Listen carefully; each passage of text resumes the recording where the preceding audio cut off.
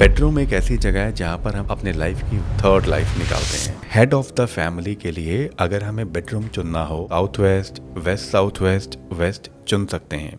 उनका रूम और तिजोरी एक डायरेक्शन में आ रहा है, साउथ ऑफ साउथ वेस्ट, जो डिस्पोजल का जोन है। एक बहुत इंपॉर्टेंट बेडरूम आता है जिसे हम कहते हैं ईस्ट ऑफ नॉर्थ ईस्ट का। ये जोन है फन और एंटरटेनमेंट का। डिस्पोजल के जोन में सोने से हेल्थ इश्यूज आ सकते हैं। वहाँ जब आप सोएंगे तो आप इन सबकॉन्शियसली कुछ अपॉर्चुनिटीज को अट्रैक्ट करेंगे कि मुझे किस जगह अप्लाई करना चाहिए, किस तरीके से अपना रिज्यूम बनाना चाहिए, किस तरीके से क्या अपॉर्चुनिटीज मैं यूज कर पाऊँ। So this is the importance of your bedroom.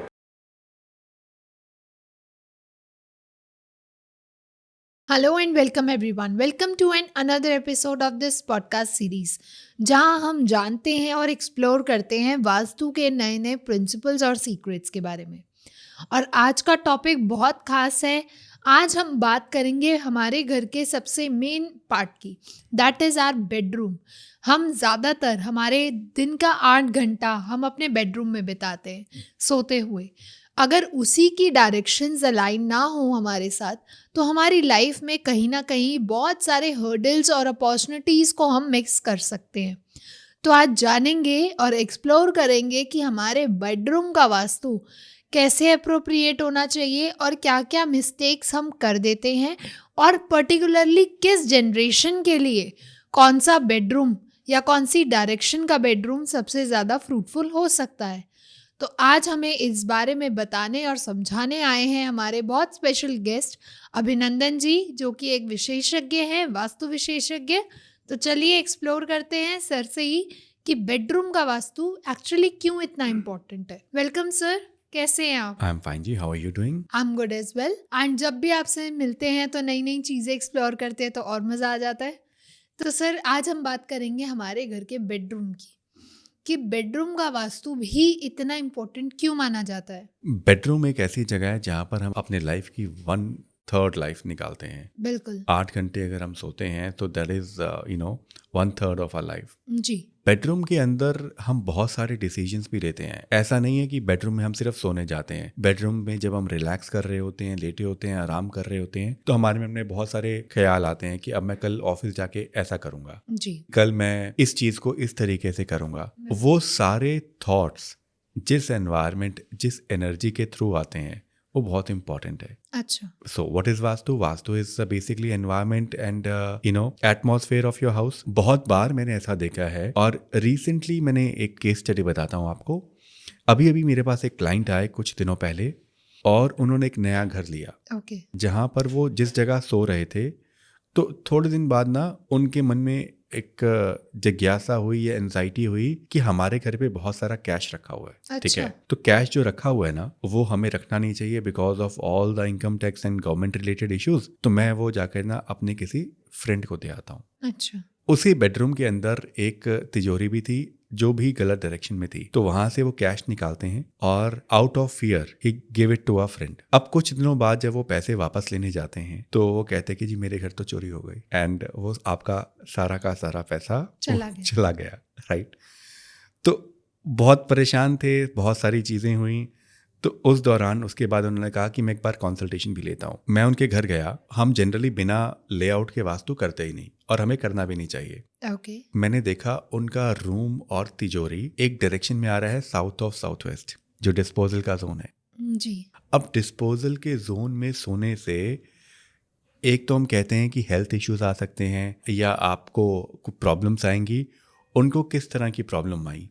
एक नया घर अचानक आते ही एक फियर मन में आ गया, और आप अपना सारा का सारा धन किसी को दे आए out of fear. Illusion create हो गया।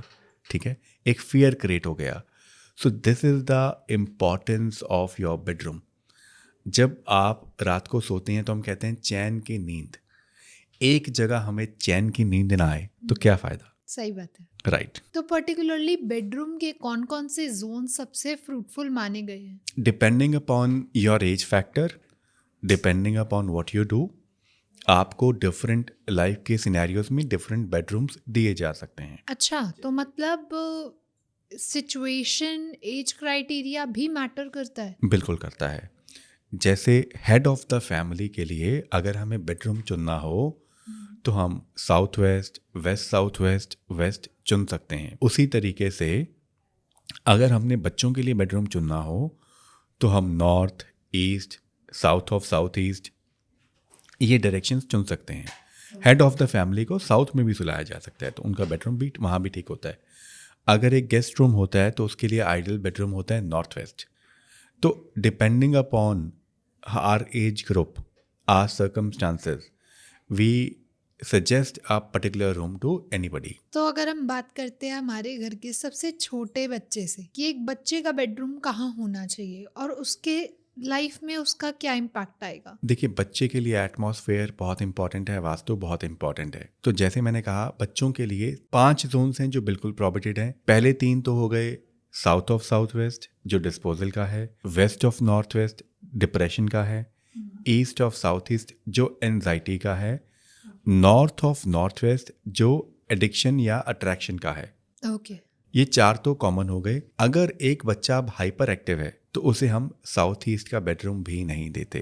अच्छा। अगर बच्चा कोई शाय है या किसी में स्टेज फियर है या बहुत ज़्यादा इंट्रोवर्ट है, लैक ऑफ कॉन्फिडेंस है, तो उसको हम साउथ ऑफ साउथ ईस्ट का सजेस्ट करते हैं, ईस्ट का बेडरूम सजेस्ट करते हैं, ताकि वो अपनी लाइफ में ग्रोथ कर पाए और अपने एजुकेशन में भी अच्छा कर पाए। ओके। तो अब बात करें जो हमारे मिडिल एज, टीन एज के बच्चे या जो कॉम्पिटिटिव एग्जाम्स दे रहे हैं, उनके लिए कौन सा बेडरूम सूटेबल करेगा? उनके लिए भी जो हमने अभी 4 जोन्स की बात की, SSW, WNW, east of south east और NNW, ये 4 तो अवॉइड करने हैं ही। ओके। उसके अलावा जो टीनेजर्स हैं उनको हम north, east, south, west, west of south west ये सारे बेडरूम दे सकते हैं। ओके। एक बहुत इम्पॉर्टेंट बेडरूम आता है जिसे हम कहते हैं ईस्ट ऑफ नॉर्थ ईस्ट का। ये जोन है फन और एंटरटेनमेंट का। जी। कई बार हमें पेरेंट्स कहते हैं कि हमारा बच्चा सारा दिन मोबाइल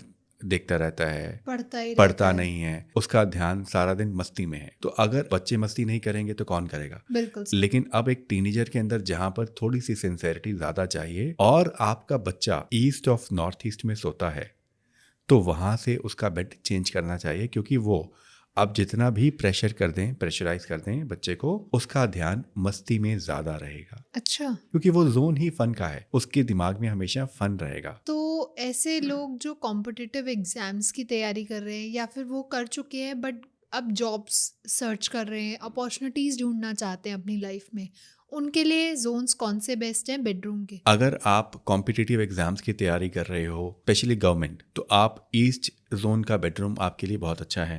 ओके। अगर आप बिजनेस रिलेटेड स्टडीज की तैयारी कर रहे हो तो नॉर्थ और वेस्ट का बेडरूम आपके लिए बहुत अच्छा रह सकता है। इसके अलावा अगर आप किसी भी स्किल के अंदर बहुत निपुण होना चाहते हो तो साउथ वेस्ट का बेडरूम है जो स्किल का बेडरूम भी है। अच्छा। तो वहाँ पर बैठने से, वहाँ पे टाइम स्पेंड करने से, वहाँ बेडरूम होने से भी आपके स्किल के अंदर एक निखार आता है, एक इम्प्रूवमेंट आती है। ओके। अब जैसे मैंने आपको कहा कि जॉब ढूंढनी है, जॉब ढूंढ रहा है, तो ऐसी अपॉर्चुनिटीज के लिए कौन सा बेडरूम? नॉर्थ का बेडरूम सबसे बेहतर है। Okay. North is a direction of money and opportunities. वहाँ जब आप सोएंगे तो आप इन सबकॉन्शियसली कुछ अपॉर्चुनिटीज को अट्रैक्ट करेंगे। वहाँ अगर कोई इम्बैलेंस नहीं है तो आप ज़्यादा बेहतर तरीके से सोच पाएंगे कि मुझे किस जगह अप्लाई करना चाहिए, किस तरीके से अपना रिज्यूम बनाना चाहिए, किस तरीके से क्या अपॉर्चुनिटीज़ मैं यूज़ कर पाऊँ। ओके। तो सर अब उस एज ग्रुप की बात करते हैं जो मैरिज के लिए रेडी है, तो उनके लिए कौन सा बेडरूम सबसे ज़्यादा सूटेबल रहेगा? देखिए, हमारे शास्त्रों में कहा गया है the best direction for a marriageable girl is north west. Okay. जब हम फैक्ट्री की बात करते हैं तो हम कहते हैं कि हमें जो सामान बेचना होता है उसे नॉर्थ वेस्ट में रखते हैं। उसी तरीके से हम कहते हैं कि जो हमारे स्पेशली डॉटर्स, हम चाहते हैं कि अब हम वो मैरिजेबल एज की हो गई हैं, she should find the right partner. ठीक है, तो नॉर्थ वेस्ट का बेडरूम उनको दिया जा सकता है। ओके। अगर बच्चों की अब शादी हो गई है, ठीक है, सो न्यूली मैरिड कपल को हम नॉर्थ ऑफ नॉर्थ वेस्ट दे सकते हैं, which is a zone of attraction, ताकि उनके बीच में अट्रैक्शन बनी रहे। तो सर किड्स के लिए अगर बात करें, टू प्लान अ किड, कौन से कपल को कौन सी डायरेक्शन सूट करेगी बेडरूम की? ऐसा कोई पर्टिकुलर जोन नहीं है जहाँ पर हम बेबी की प्लानिंग कर सकें। बेबी की प्लानिंग सभी जोन्स में हो सकती है। हमें सिर्फ 3 जोन से अवॉइड करने हैं, ओके। SSW, WNW और ईस्ट ऑफ साउथ ईस्ट। इन 3 जोन्स को हमें अवॉइड करना है। बाकी सभी जोन्स के लिए ऐसा रूल नहीं है कि आप यहाँ पर किड्स की या अपने परिवार में वृद्धि नहीं कर सकते। तो सर अब बात करते हैं फाइनल हमारे घर में जो बड़े बुजुर्ग रहते हैं उनकी, तो कौन सा डायरेक्शन सबसे ज़्यादा उन्हें सूटेबल करेगा? देखिए, ये ना बहुत ही आजकल सबसे ज़्यादा कंट्रोवर्शियल अगर कोई सब्जेक्ट है तो ये है। अच्छा। शास्त्रों में कहा गया है घर के बुजुर्गों को साउथ वेस्ट का बेडरूम देना चाहिए। ओके। अगर आप देखेंगे तो पुराने ज़माने में घर के जो मुखिया थे उनके पास साउथ वेस्ट का बेडरूम होता था और घर के सारे डिसीजंस वही लेते थे। बिल्कुल सही। वो डिसीजन सही हो या गलत हो उससे फ़र्क नहीं पड़ता, लेकिन सारे के सारे डिसीजंस वही लेंगे। बिल्कुल। अब हो क्या गया है कि जो भी अर्निंग मेंबर है वो सोचता है कि घर का मुखिया मैं हूँ। अब पेरेंट्स तो मेरे रिटायर हो गए हैं, तो depending upon your family structure, अगर आपके पेरेंट्स बहुत बुजुर्ग हो चुके हैं और सारे के सारे डिसीजंस आप ले रहे हैं, तो आप साउथ वेस्ट का बेडरूम रख सकते हैं और उनको नॉर्थ ईस्ट का बेडरूम भी दे सकते हैं, नॉर्थ ऑफ नॉर्थ ईस्ट का भी दे सकते हैं ताकि उनकी हेल्थ अच्छी रहे। अगर अभी आपके parents he head of the family हैं तो उनको साउथ वेस्ट का बेडरूम दीजिए और आप किसी अन्य बेडरूम जैसे साउथ का हो गया, वेस्ट का हो गया, ईस्ट का हो गया, नॉर्थ का हो गया, आप इसमें से कोई भी बेडरूम चूज कर सकते हैं। ओके। तो सर जैसे कि अभी आपने बताया कि एक पर्सन को ऐसा फील होता है कि अब पेरेंट्स तो रिटायर हो गए हैं, अब he is the head of the family, तो सारे डिसीजन मेकिंग पावर उसके ऊपर होती है या उसके पास होती है, तो ऐसी रिस्पॉन्सिबिलिटी भी हद तक उन्हीं के पास होती है। बिल्कुल। तो उसके लिए क्या कोई जोन ऐसा है जो पर्टिकुलरली बहुत डिस्टर्बिंग हो सकता है? सबसे ज़्यादा डिस्टर्बिंग डायरेक्शन हो सकती है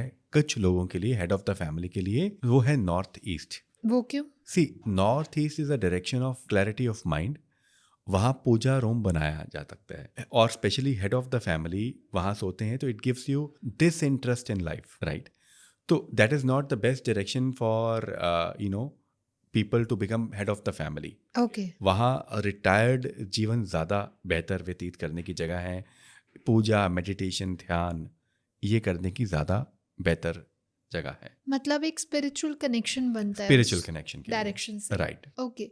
तो सर हमारे घर में एक और रूम होता है दैट इज गेस्ट रूम। अब मेहमान आए लेकिन वो डोमिनेट ना करे, वो अच्छे से आराम से हमारे साथ टाइम स्पेंड करे, रहें एंड उसके बाद वो अपनी लाइफ में आगे स्पैन चले जाए, तो उसके लिए कौन से पर्टिकुलर जोन्स होते हैं? मेहमानों के लिए गेस्ट रूम जो सबसे अच्छा उत्तम माना गया है वो नॉर्थ वेस्ट माना गया है। ऐसा क्यों? देखिए, हम चाहते हैं कि गेस्ट आए और खुशी खुशी चला जाए, तो नॉर्थ वेस्ट की जो डायरेक्शन है वहाँ पर अगर हम कोई सामान रखते हैं तो वो जल्दी जाता है। उसी तरीके से अगर हम गेस्ट को वो रूम देते हैं तो वो डोमिनेटिंग नहीं होता, वो आता है, उसका मन लगता है और वो खुशी खुशी चला जाता है। अगर हम पंच तत्वों की बात करें, जल, वायु, अग्नि, पृथ्वी और आकाश, तो वहाँ का जो एलिमेंट है हमें वो सपोर्ट करता है। ओके।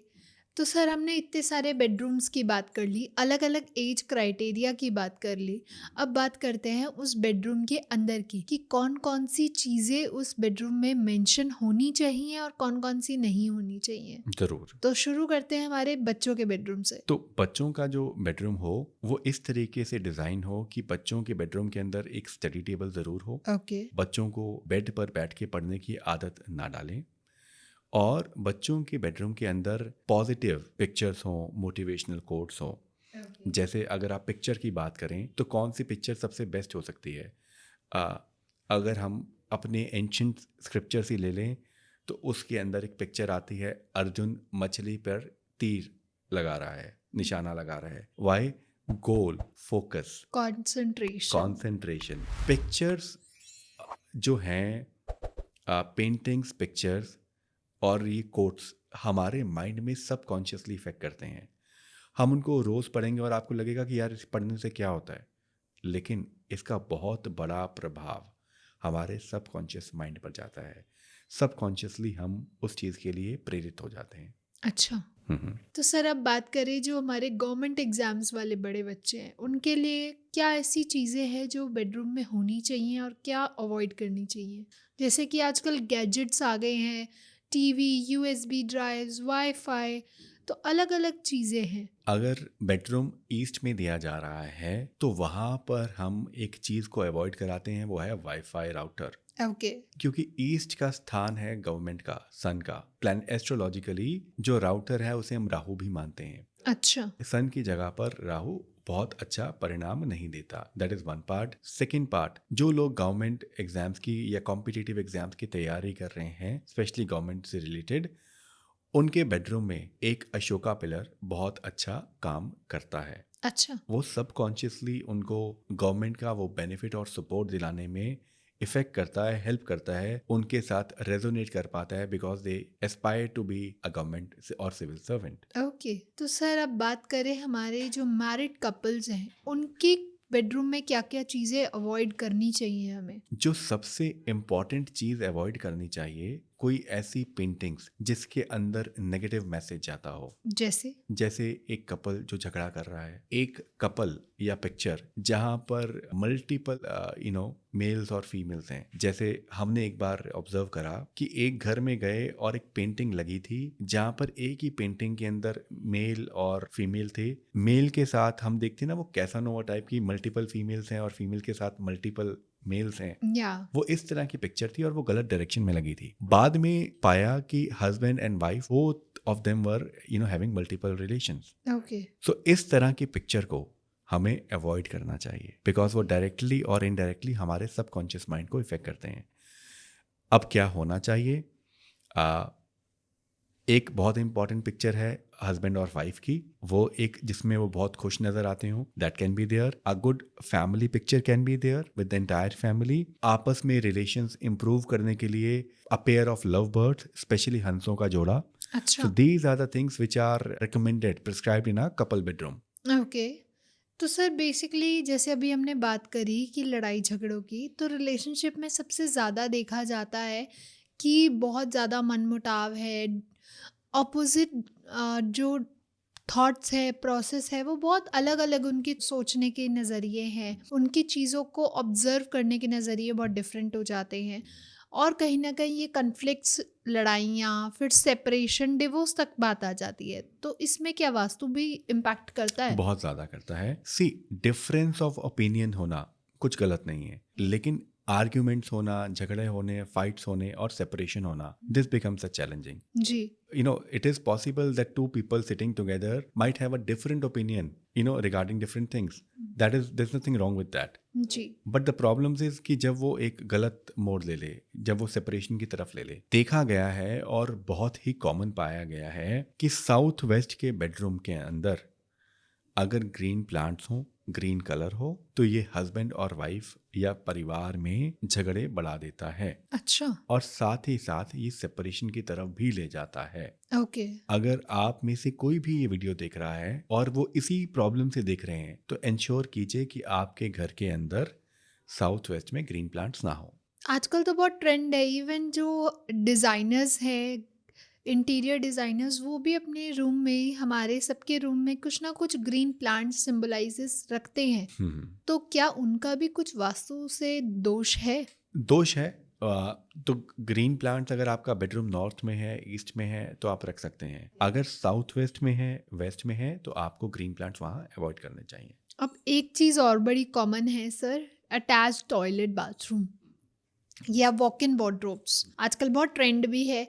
तो क्या ये कहीं ना कहीं वास्तु दोष मान सकते हैं हम? टॉयलेट अपने आप में ही एक वास्तु दोष है। ओके।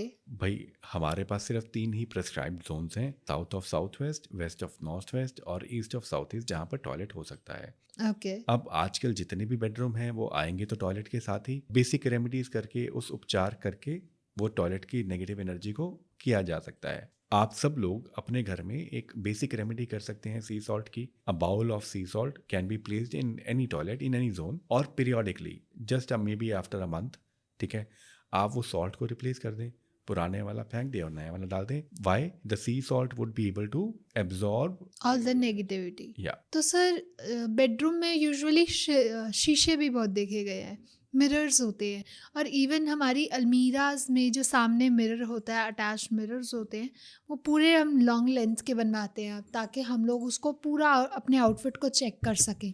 तो क्या उसका भी वास्तु में कुछ दोष है? See mirrors are very very important part in any house, exactly. Right. तो मिरर को हम वाटर एलिमेंट मानते हैं। अच्छा। अब बेडरूम मान लीजिए साउथ ईस्ट में है या साउथ ऑफ साउथ ईस्ट में है, साउथ में है, तो यहाँ वाटर एलिमेंट अच्छा नहीं है। साउथ वेस्ट में है तो वाटर एलिमेंट ठीक नहीं है। तो यहाँ पर बहुत ही आसान उपचार के साथ आप अपने बेडरूम में रख सकते हैं। क्यों? क्योंकि अगर आपका बेडरूम है तो ड्रेसिंग रूम भी वहीं होगा, and we need, this is a requirement, ठीक है।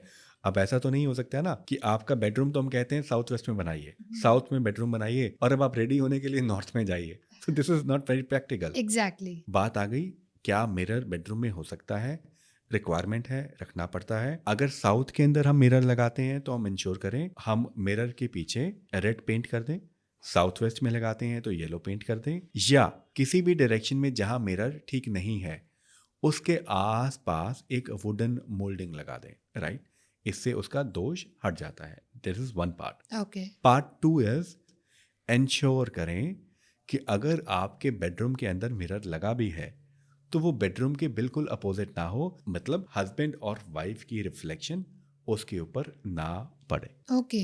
साइंटिफिकली भी आप देखें तो मान लीजिए रात को आप उठते हैं और उठते ही आपकी नज़र उस पर पड़ती है तो आप कई बार घबरा जाते हैं, चौंक जाते हैं। बिल्कुल सही। तो इसलिए वास्तु में भी ऐसा माना गया है कि बेडरूम के बिल्कुल अपोजिट मिरर नहीं होना चाहिए। ओके। तो sir head of the family के जो बेडरूम है वहाँ पे एक तो head of the family responsibilities का एक टोकरा अपने सर पे रखते हैं, तो उनके जो रूम में लॉकर्स भी होते हैं, इवन सबके रूम में लॉकर्स होते हैं, अपनी अलमीरा होती है, अपने लॉकर्स होते हैं जहाँ वो अपने पर्सनल येट कुछ प्रीशियस स्टफ्स को रखते हैं। तो उसका कोई पर्टिकुलर पोजीशन या डायरेक्शन ऐसा है जहाँ पे वो लॉकर में पैसा बना रहे, रुके ना? जी, इसके ऊपर भी मैं आपको एक अच्छा एग्जांपल देता हूँ जो हमने देखा। जनरली जब हम बेडरूम बनाते हैं तो हमारे जो घरों के साइजेस हैं उसके अकॉर्डिंग एक ही बेडरूम में मल्टीपल जोन्स आते हैं। हाँ। तो अभी अभी हमने देखा, तो जब हम डिस्कशन कर रहे थे तो उनके घर पे रेनोवेशन चल रहा था and they took a consultation before renovating the house. Okay. तो मैंने उनसे पूछा कि आप ही कोई प्रॉब्लम्स हो? उन्होंने कहा हमारा फिजूल खर्चा बहुत होता है। ओके। कि जो अलमीराज का थोड़ा सा पार्ट था वो साउथ ऑफ साउथ वेस्ट था जो डिस्पोजल की जोन है। ओह। तो कई बार बहुत कॉमन देखा गया है कि एक बेडरूम में मल्टीपल जोन्स आते हैं। तो सबसे पहले आप इंश्योर कीजिए कि अगर आपके बेडरूम में साउथ ऑफ साउथ वेस्ट आ रहा है या आपके रूम में वेस्ट ऑफ नॉर्थ वेस्ट आ रहा है, आपका लॉकर उसमें ना हो। अच्छा। अब लॉकर के लिए सबसे बढ़िया जगह कौन सी है? West of south west, west, north, ये सारी की सारी डायरेक्शंस बहुत अच्छी मानी गई हैं। यहाँ पर आप लॉकर प्लेस कर सकते हैं। ओके। तो सर हमने काफ़ी सारी बातें कर ली, अब एक लास्ट बचे हैं हमारे जो सबसे हमारे बुजुर्ग के बारे में। तो कहते हैं कि अगर मंदिर उनके रूम में हो तो कहीं ना कहीं उनका स्पिरिचुअल कनेक्शन बना रहता है, तो क्या ये सही है? और वास्तु से रिलेटेड अगर वो है तो क्या उसका डायरेक्शन क्या होना चाहिए? देखिए, सबसे इम्पोर्टेंट बात है, क्या मंदिर बेडरूम या पूजा रूम बेडरूम में हो सकता है? बिल्कुल। तो मैं कहता हूँ कि नहीं होना चाहिए। अच्छा। जो बेडरूम है वो एस्ट्रोलॉजिकली शुक्र की जगह मानी गई है, ओके। और जो पूजा रूम है वो गुरु का स्थान माना गया है। जी। हम कहते हैं हेड ऑफ द फैमिली को आप साउथ वेस्ट का बेडरूम दीजिए और पूजा रूम को नॉर्थ ईस्ट में बनाइए। तो अब वो दोनों तो 180 डिग्री का डिफरेंस है, जी। बिल्कुल अपोजिट डायरेक्शंस आ गई। बिल्कुल। किसी भी डायरेक्शन के अंदर, किसी भी केस के अंदर, सबसे पहले तो पूजा रूम को हमें मंदिर से, मतलब बेडरूम में, अवॉइड करना चाहिए फॉर द कपल्स। ओके। अब कई बार सिनेरियो होगा कि हमारे बुजुर्गों के कमरे में या बच्चों के कमरे में पूजा रूम की स्थिति बन रही होगी।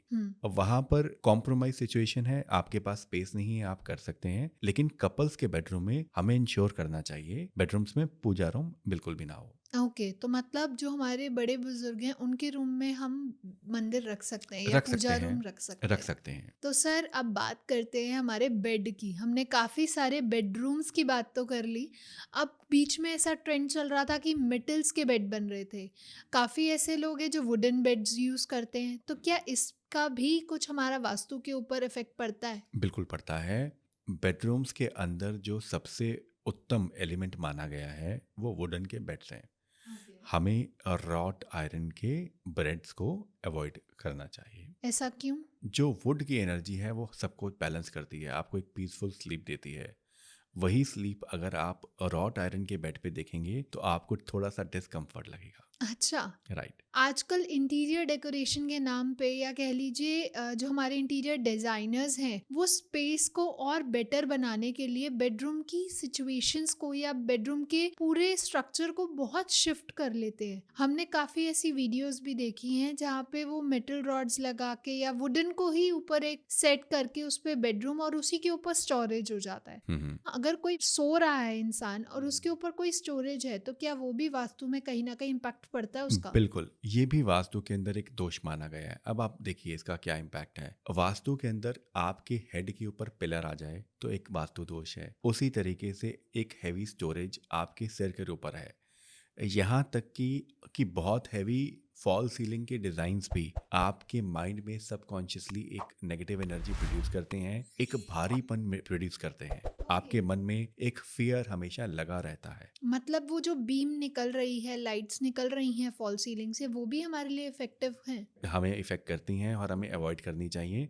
उसी तरीके से हमारे सर के ऊपर कोई हैवी स्टोरेज हमारे लिए बहुत पॉजिटिव नहीं मानी गई, हमें अवॉइड करनी चाहिए। ओके, तो सर हमने इतनी सारी प्रॉब्लम्स तो डिटेक्ट कर ली, अब उनके सॉल्यूशंस की बात करते हैं। तो क्या रेमेडीज हो सकती हैं जो हम डेली लाइफ्स में अपनी कर सकते हैं विदाउट तोड़फोड़?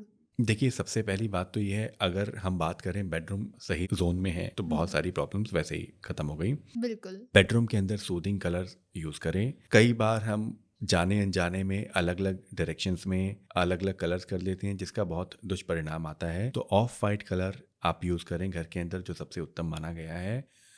अगर आपके बेड के ऊपर बीम आ रहा है तो आप उसको सोने के लिए अवॉइड करें। ओके। और अगर आप बिना तोड़ फोड़ के उपचार चाहते हैं तो एटलीस्ट एक फॉल सीलिंग करा लें जिससे आपको वो बीम का इम्पैक्ट थोड़ा सा कम हो जाए। एंश्योर करें कि आपके बेडरूम में पूजा रूम ना हो जी। और ऐसा कोई भी ऑब्जेक्ट ना हो जिससे झगड़ा, नेगेटिविटी या इस तरह की भावना आती हो। ओके, तो सर अगर हमने फॉल सीलिंग की बात करी, अब एक चीज़ और याद आ गई मुझे कि जैसे हमारे यहाँ पेंट्स उतर जाते हैं, सीलन आ जाती है, डैम्पिंग हो जाती है, तो क्या ये भी कहीं ना कहीं वास्तु दोष होता है? ये बहुत बड़ा वास्तु दोष है। स्पेशली अगर सीलन नॉर्थ ईस्ट की डायरेक्शन में आ जाए तो उस घर में आइस रिलेटेड प्रॉब्लम भी आप पाएंगे। अच्छा। जो डॉक्टर खासकर जिसे डायग्नोज भी नहीं कर पाएंगे। राइट। सीलन किसी भी डायरेक्शन में अच्छी नहीं मानी गई है। सीलन को राहु का रूप माना गया है जिसे हमें अवॉइड करना चाहिए। ओके, तो सर और कौन कौन सी रेमेडीज हम कर सकते हैं अपनी लाइफ में और फ्रूटफुलनेस लाने के लिए? आपके घर की दीवारें जितनी चमकेंगी, जितनी क्लीन होंगी, जितनी सॉफ्ट होंगी, आपकी किस्मत उतनी ही बेहतर होगी। ओके। आप आजमा के देख लीजिए। तो सर जाते जाते हमारे ऑडियंस के लिए 3 ऐसी बेसिक येट यूनिवर्सल टिप जो बहुत इफेक्टिव भी हो। सबसे पहले इंश्योर करें आपकी एज ग्रुप के हिसाब से आपका बेडरूम ठीक डायरेक्शन में हो। ओके। आपके बेडरूम के अंदर भड़कीले रंग ना हो, जैसे डार्क कलर्स, जैसे डार्क रेड या दिशा स्पेसिफिक कलर्स ज़्यादा उत्तम माने गए हैं। और आपके बेडरूम में पूजा रूम ना हो, कोई भी नेगेटिव पेंटिंग ना हो। ओके, तो thank you so much sir, बहुत मज़ा आया। एक आई ओपनिंग पॉडकास्ट आई गेस, तो काफ़ी लोग इससे रिलेटेबल भी होंगे और कहीं ना कहीं अपनी लाइफ को और इम्प्रूव करने के लिए ये छोटी छोटी टिप्स को ध्यान रखेंगे। एंड ऐसे ही हम मिलते रहेंगे और भी नए और इंटरेस्टिंग टॉपिक्स के साथ, ताकि हम उनकी भी वास्तु लॉजिक्स और उनकी रेमेडीज़ के बारे में डिस्कशन कर पाएँ। ज़रूर। तो थैंक यू एवरीवन। अगर आप लोगों को पसंद आया तो do not forget to like, share, comment and subscribe the channel. And अगर आपके कोई क्वेश्चंस हैं, कोई सजेशन है, प्लीज़ हमें कमेंट सेक्शन में भी बताइए। हम आगे आने वाले पॉडकास्ट में उन्हें ज़रूर कवर करने का ट्राई करेंगे। तब तक के लिए stay blessed, stay happy. Thank you.